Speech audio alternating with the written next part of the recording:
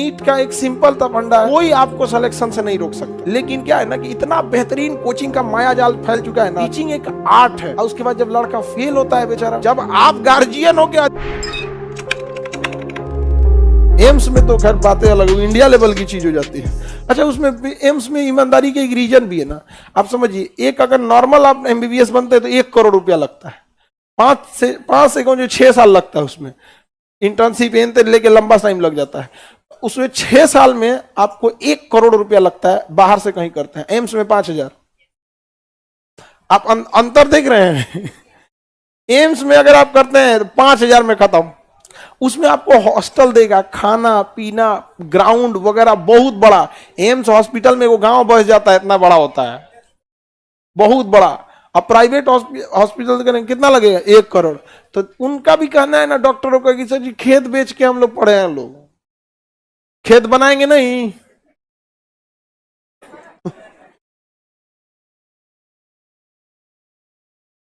हाँ, तो नीट का एग्जाम दीजिएगा तभी ना एम्स कॉलेज मिलेगा। बढ़िया नंबर देना पड़ता है, बढ़िया नंबर लाएंगे वो भी। और नीट वगैरह में भी क्या है ना कि देखिए, नीट का एक सिंपल सा फंडा है, अगर आपकी एनसीईआरटी कंप्लीट है तो कोई आपको सिलेक्शन से नहीं रोक सकता है, अगर एनसीईआरटी कंप्लीट है तो। लेकिन क्या है ना कि इतना बेहतरीन कोचिंग का माया जाल फैल चुका है ना नीट में कि एडमिशन लेने जाइएगा तो हर एक कोचिंग वाला अपना एक नेक्सस बना के रख लिया है कि हमें बताना ही नहीं कि इसे कौन टीचर पढ़ाएगा। आप 2 लाख रुपया दे दीजिएगा, नीट में 1 लाख रुपया दीजिए, उनकी फीस सबसे ज्यादा है। समझ में आ गया? यूपीएससी वालों की तो हम खटिया खड़ा कर दिए यहाँ पे दिल्ली में। सब हमको ना ऐसा घुस जाता है ना कि आदमी आ गया यहाँ पे, एकरा तो नहीं चाहिए पैसा, हम लोग को कहे नहीं कमाने देता है ये आदमी, नहीं समझे? तो अब वो लोग नहीं बढ़ाता। अब कैसे फीस लिखता है दिल्ली में पता है? 1.5 lakh fees, 70% of. Special discount 80%, Diwali discount, सब लोग को यहाँ पे। और सबका स्टाफ वगैरह जो होता है सब कहता है सर सब आपको ना यहाँ पे ऐसे ऐसे बोलते रहता है। हम कहे ठीक है, कुछ की बददुआएं हैं तो लाखों की दुआएं भी हैं, नहीं समझे? तो आप देखिएगा नीट में ना कभी नहीं बताएगा। अच्छा, ये गार्जियन की जिम्मेदारी भी है, बच्चे को सुसाइड कराने में सबसे बड़ा स्टार्टिंग वहीं से वो कर देता है। भाई जब आप अपना बच्चे का एडमिशन 1 लाख 1.5 लाख जब किसी कोचिंग में देते हैं, आप वहां पूछना चाहिए ना कि हमारे बच्चे को 1 साल 2 साल का ये जो कोर्स है इंजीनियरिंग मेडिकल का, कौन टीचर पढ़ाएगा? आप विश्वास नहीं कीजिएगा, हमारे पास कई ऐसे टाइपिंग करने वाले हैं जो जाके वहां पढ़ा देते हैं। समझ में आ गया कि नहीं आ गया? हमारे यहाँ टाइपिंग करते हैं और वहां जाके क्या कर देते हैं?